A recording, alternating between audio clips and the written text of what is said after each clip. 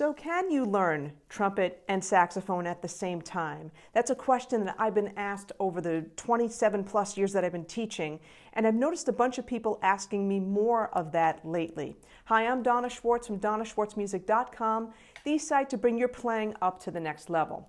So that's the question. Can you learn a brass instrument and a woodwind instrument, like brass like trumpet, woodwind like saxophone, at the same time? I've got a bunch of suggestions and recommendations for you with regard to that. But let me tell you my story. I started out by playing trumpet. I wanted to play drums, but Mom said that was too loud, so I picked trumpet. That's not loud at all. Played trumpet since I was 9, still playing right now. I took up saxophone later on. I actually wanted to take up saxophone in, I think it was high school, early high school. I was a child of the 80s. They actually had saxophones on the radio. Go figure that one out, right? Really awesome. And I wanted to play saxophone because those solos were so amazing to me. And my band teacher said, no, you can't. You'll ruin your trumpet embouchure. And, you know, when you're young, you most likely tend to believe what adults tell you, so I squashed that. A few years later, actually, in college, one of my friends, really great players, named Adam Mandel. Unfortunately, he recently passed away, but he was a phenomenal woodwind player. Anything that, you know, any woodwind instrument that was out there, he could play it, and he owned it too. It was crazy. But he also taught band, and so he understood brass, and he played it a little bit, played a little trumpet, and he said to me, "Yeah, you know, you could play saxophone also. It's not going to ruin your embouchure." So that was great. So he started me off a little bit, and I went off on my own, and that's what, you know, that's history from there.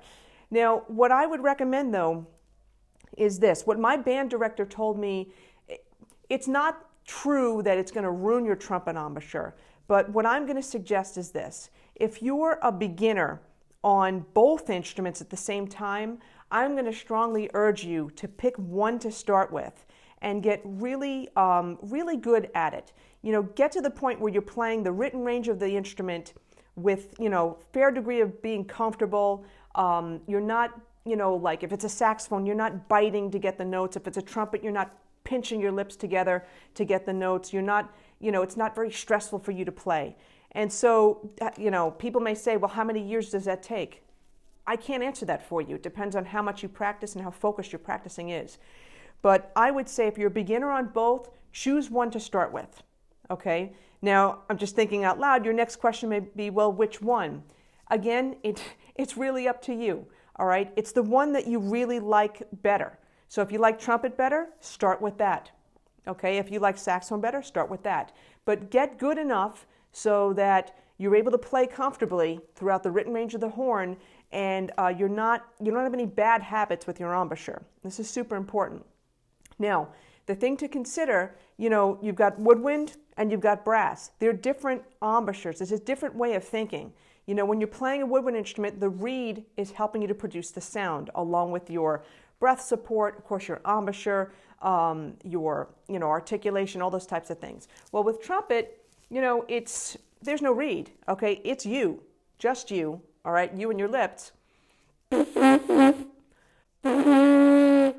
Buzzing your lips, using your air, you know, the shaping of your oral cavity, all that kind of stuff. So for something like this, you know, it's going to take a lot of work. What I want you to think about is this. If, let's say, you decide to pick saxophone to start with, you're going to see that, you're going to feel that, oh, it's so easy to build up your range. You could probably get an octave within, you know, a couple of months, okay, maybe even sooner than that, provided that you've got a good foundation. And to be honest with you, you really should take lessons with a teacher.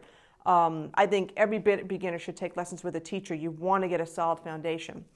So you may be doing really well getting an octave out, you know, within a month or two, maybe even 2 octaves, who knows.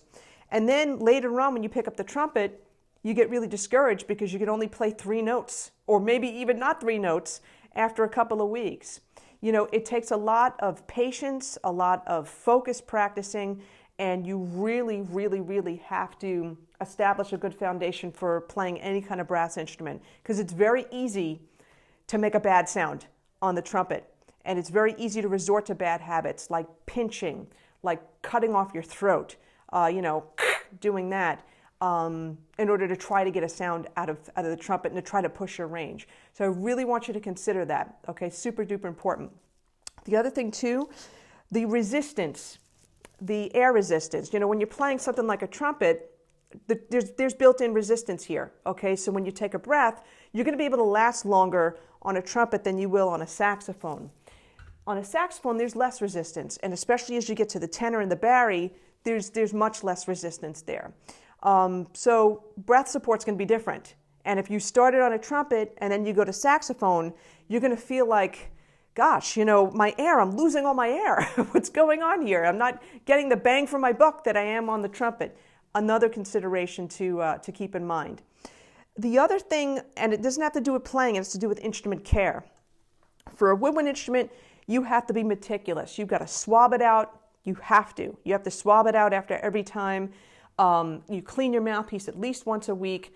You don't leave the reed on the mouthpiece. You have to keep inspecting your instrument to make sure that there aren't any loose screws or springs that are popped out or anything like that, or pads that are falling out or cracked or whatever.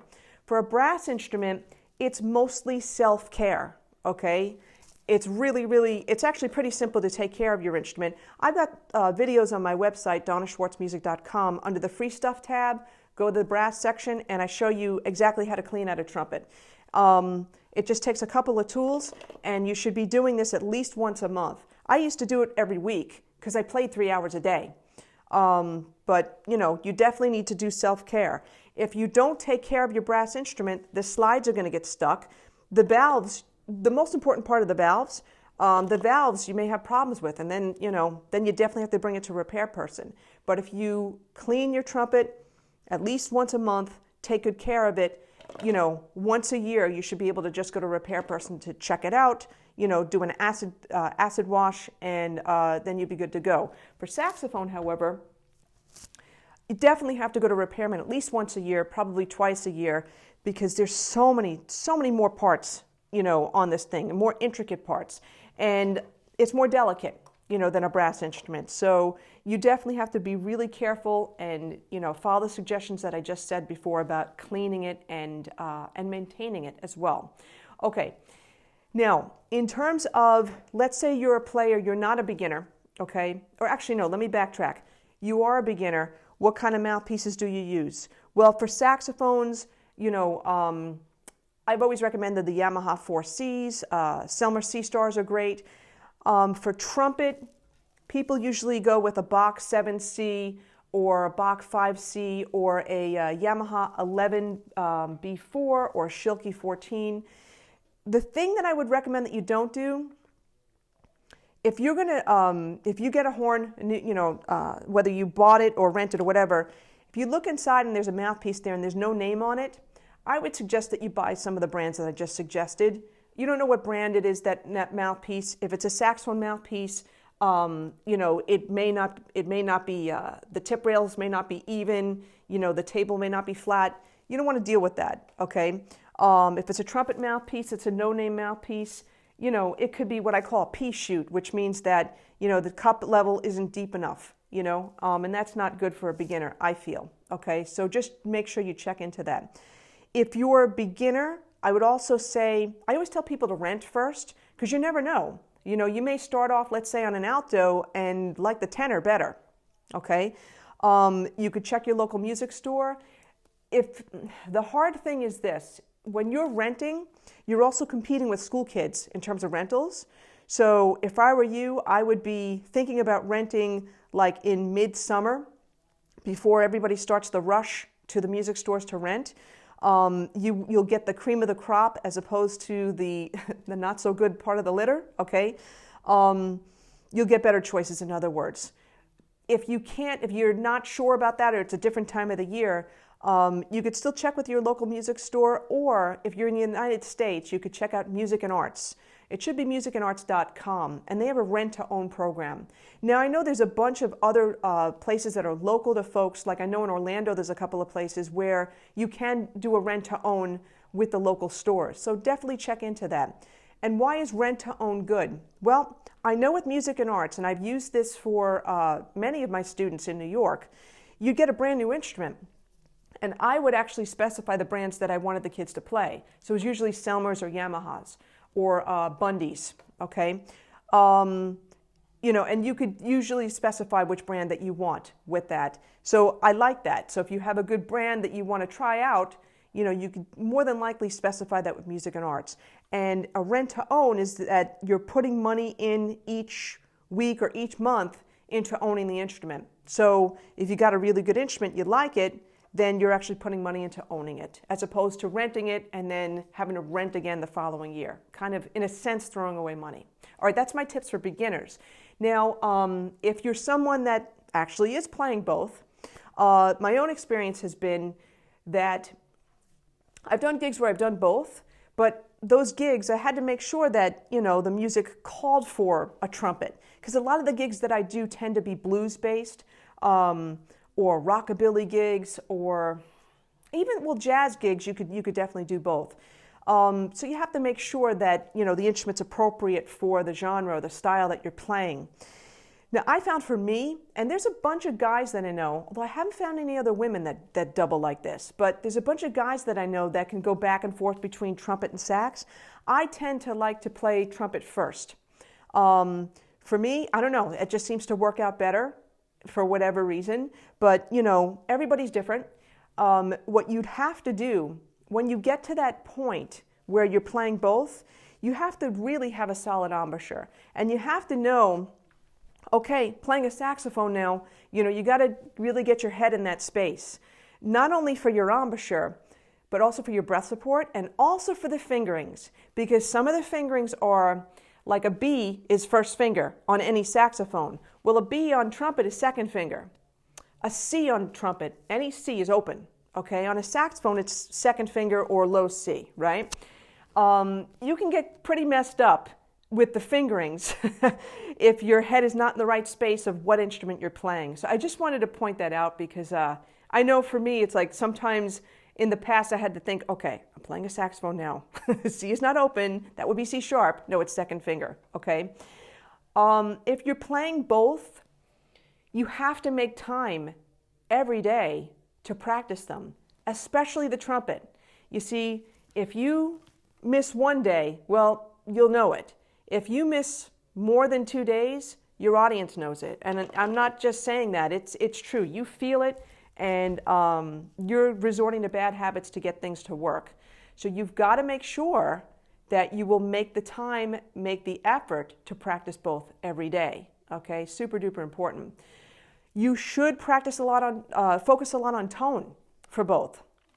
Again, you've got to remind your body, okay, what's the embouchure for the instrument that I'm playing? All right, super important. You don't want to neglect that for just playing your favorite songs, okay? Because, you know, again, on saxophone, you can kind of get away with a lot, but you can on trumpet. That's less forgiving, I should say. That's the best way for me to say that, okay? So overall, in a nutshell, yeah, you can learn both, but I'm going to recommend that you focus on one for a little while and then bring the other in, knowing that you have enough time to practice, that you're able to focus when you're practicing, and that you're going to put the equal amount of effort into both instruments, okay? So those are my tips for you. If you want more tips like these, go to my website, donnaschwartzmusic.com, and subscribe. Hey, subscribe to my YouTube channel. That would be really cool. Share this video. And if you have experience playing both of these instruments, let me know in the comments below. That would be really cool. So thanks for joining me. On that note, take care. Have a great day.